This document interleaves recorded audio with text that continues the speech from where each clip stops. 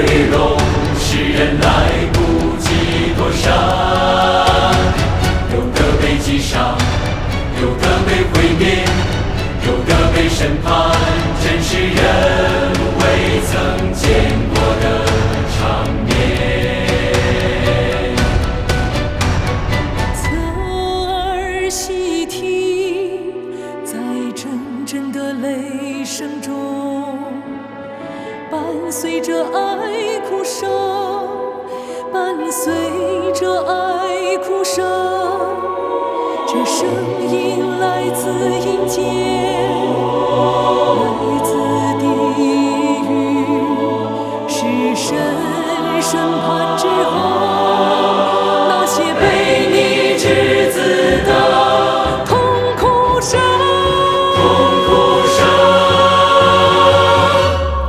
那些不听神话、不实行神话的，都受到了神严厉的审判，受到了神烈怒的咒诅。神的声音就是审判，就是烈怒，对谁都不客气，对谁都不留一点情面。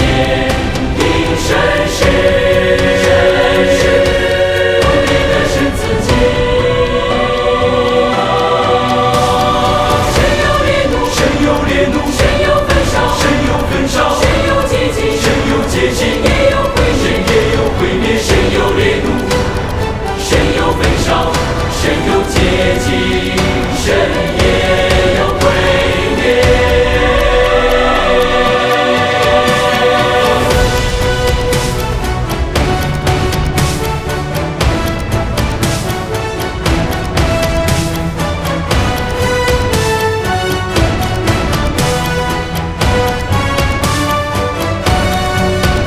在神没有隐藏，没有情感，而是公开，是公义，是铁面无私。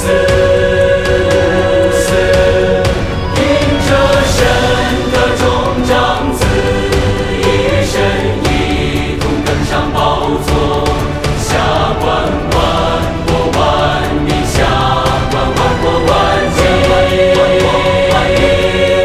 所以那些作恶的人开始遭到审判，神要一一查清，一点不漏，